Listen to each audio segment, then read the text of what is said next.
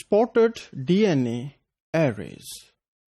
Spotted DNA arrays, they are developed by transferring or immobilizing the known sequences of the genes on the solid surfaces.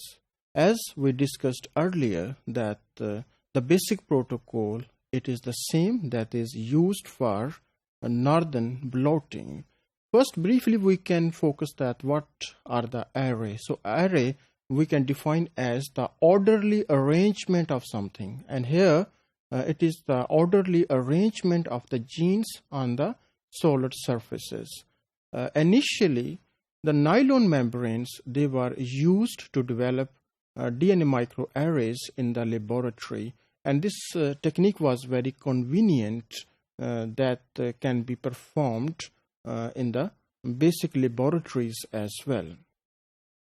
And in this case, the DNA microarrays that were used, they were having the size of 10 to 20 centimeters square.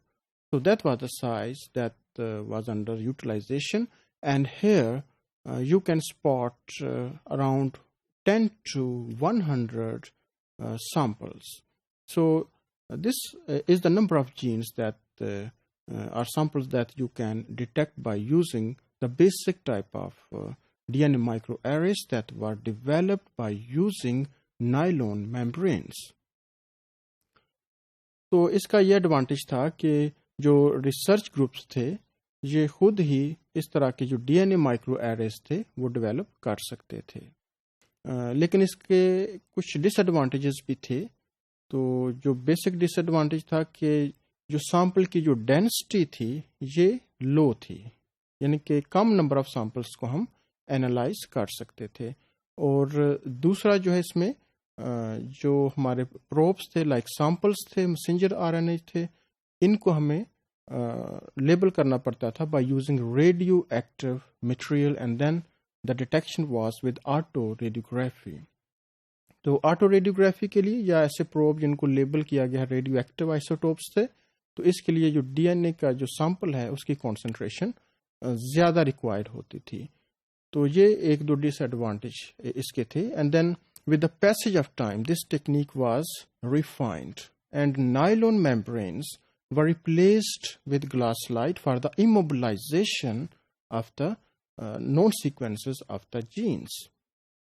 एक तो इसका advantage ये था glass slide का कि inert surfaces होती हैं और इनको कोट किया जा सकता था डिफरेंट फंक्शनल ग्रुप्स से. मिसाल के तौर पर यहाँ पे जो फास्फेट ग्रुप्स हैं डीएनए के, इनको एक्सप्लॉइट किया जाता था for binding with amino group of the proteins. तो ग्लास स्लाइड्स को लेबल किया जा सकता था विद द पॉलीलाइसिन रेजिड्यूज, कि उसकी सरफेस को लाइसिन रेजिड्यू से कोट किया जाता था और उसके जो अमाइनो ग्रुप थे वो इंटरेक्ट करते थे फास्फेट जो ग्रुप होते थे डीएनए के. तो इस तरह से जो नॉन सीक्वेंसेस हैं सिंगल स्ट्रैंडेड जीन के, वो इनके साथ बाइंड कर जाते थे. तो इसके बाद इस बाइंडिंग पैटर्न को मज़ीद रिफाइंड टेक्निक से इसको सब्स्टिट्यूट किया गया. तो लेटर ऑन जो सिंगल स्ट्रैंडेड जीन्स फ्रेगमेंट थे इनको डायरेक्टली अमाइनो ग्रुप के साथ लेबल किया गया, और फिर अमाइनो ग्रुप का जो रिएक्शन है, जब बाइंडिंग होती थी एल्डिहाइड ग्रुप के साथ या एपोक्सी डेरिवेटाइज्ड फंक्शनल ग्रुप्स के साथ, जिनको कोट किया जाता था ग्लास स्लाइड्स के ऊपर.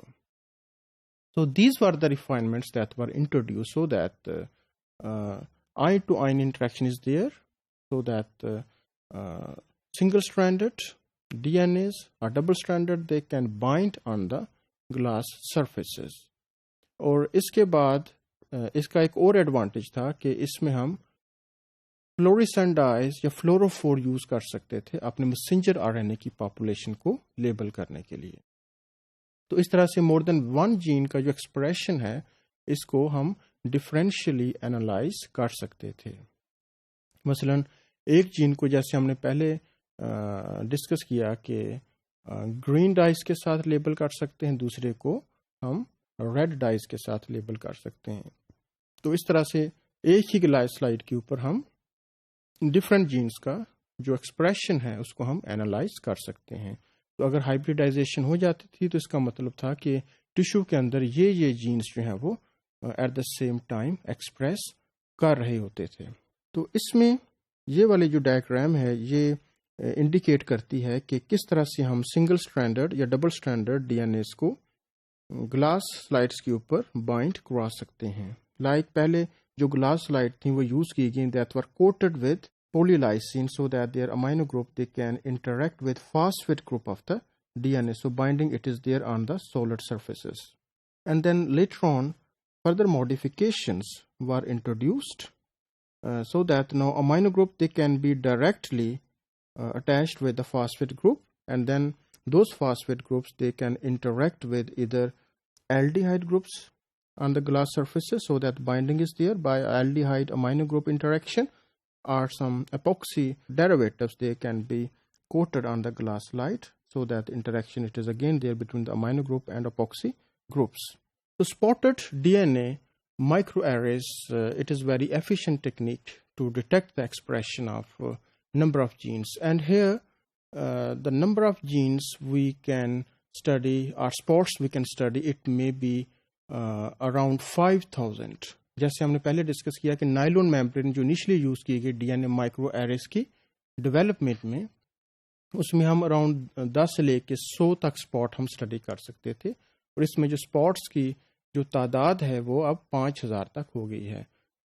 So it is very advantageous technique. और स्पॉटिंग हम इसलिए इसको कहते हैं स्पॉटिंग डीएनए एरेस कि हम जो नॉन जीन्स हैं इसके ऊपर स्पॉट करते हैं या इमोबिलाइज करते हैं बाय यूजिंग रोबोटिक डिवाइसेस, और जब इमोबिलाइजेशन हो जाती है तो फिर हम इसको नॉन जो एक्सट्रैक्टेड मैसेंजर आरएनए है उसके साथ हाइब्रिडाइजेशन करवा सकते हैं। So it is very advantageous technique, but there are certain limitations.